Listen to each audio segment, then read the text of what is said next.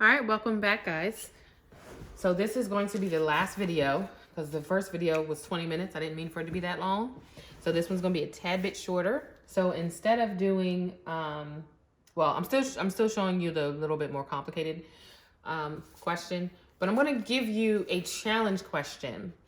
And if you can get this challenge question correctly, I will automatically give you 100s for this week.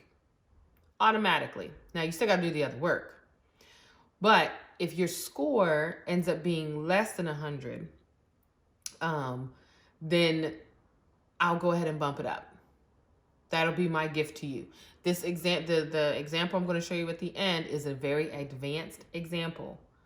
I do not want you asking anybody for help on this one, and you better not pick up an app. Okay? Because you know how I am. I am not accepting it if I do not see that you showed your work. If you do not show your work and you just tell me on Google Classroom in a private message that, oh, the answer is this, no, sir. No, sir. I need the steps. So that means you need to write it on a piece of paper, take a picture and upload it as a private message or email it to me. So you can upload it as a private message on Google Classroom, or you can take a picture of it and email it to me, one or the other. But I better see the work if you want that extra. If you want those bonus points for your grade, my friend, you better show your work. So let's do this complicated example. So the first thing you're going to do is you're going to distribute and simplify. So I have to distribute 1/2 times x, 1/2 times 2/3. So I'm going to write it as I see it. 1/2 times my x plus 1/2 times 2/3. Wait, it should be in black.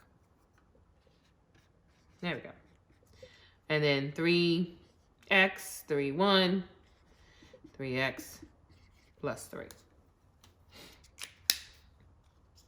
So 1/2 times x is just 1/2 x. Plus, now you're doing your straight multiplication. 1 times 2 is 2. 2 times 3 is 6.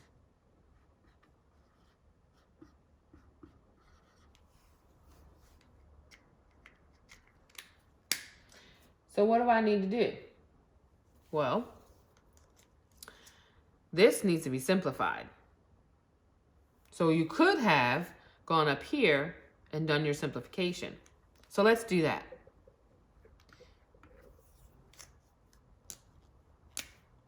This and this are 1. So then you have 1 times 1 is 1, and 1 times 3 is 3. You see what I did?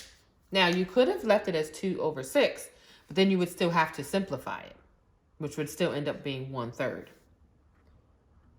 So simplify when you can. That's something that you guys learned last year with me. Okay. So now that we have that, what we need to do, we have to get rid of our denominator, just like we did on the other one. There's a difference here. As you notice, they are not the same number. So I cannot multiply them by the same number. I cannot say I'm multiplying this whole thing by 2. And I can't say I'm multiplying this whole thing by 3. So what you have to do is you have to find the lowest common denominator. So what is the lowest number that they have in common when you multiply them? Well, look at what they are. What's 2 times 3? That's one way to find it. Now, there are other ways, but in this example, it just so happens that the easiest way is actually just multiplying these two numbers. So if I multiply this number here and this number here, I get 6. So what you need to do is you're going to multiply it by 6. And I'm gonna, whatever I do to this side of my equal sign, I gotta do the same thing to this side. Multiply it by 6. Now, because these are fractions, we're gonna leave it as a fraction. So when I do 6 times 1, which is 6, 1 times 2, which is 2, I get 6 divided by 2. 6 divided by 2 is 3. So if I actually show it to you, 6 divided by 2x, which is going to end up giving me 3x. You see that? I'm going to rewrite all this up here because we're going to run out of space. But we have 3x. So then we do the same thing here. 6 times 1 is 6. And 1 times 3 is 3, which is actually 6 divided by 3, which is going to give me 2. I'm going to leave that there so you can see it real quick, and then I'm going to erase it and put it back up here. So we have 3x plus 2.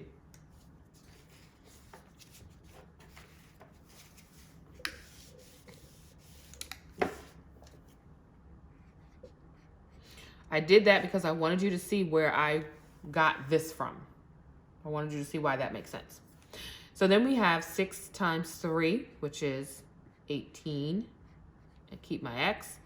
And then 6 times 3 is 18. So now I have the same thing that I did on the other one. I'm going to separate my variables. Now, because this is a positive, I'm going to leave that positive here, and I'm going to move this one.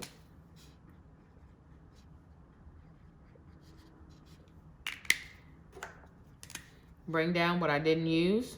Sorry if this is kind of looking sideways, y'all. Y'all know I write sideways. This, 15x plus 18. You see that? 18 minus 3, 15. Then I'm going to move this. Now, I have seen some of you move this. Remember, the equation has to stay balanced. If I put this here and I have a scale, 1 and 1 is balanced.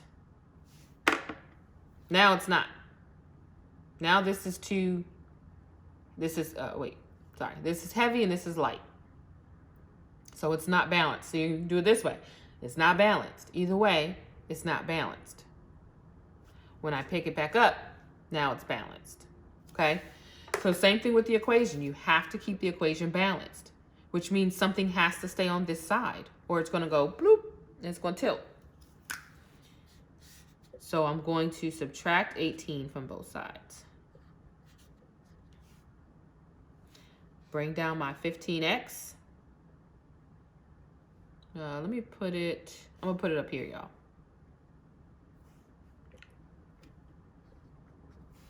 These tiny little boards do not help. I need my big board, but I didn't use my big board today because I wanted you guys to see a close-up view. And sometimes the big board does not allow us to be able to see a close-up view. It just looks it's too far away. And I wanted you to be able to see this up close and personal.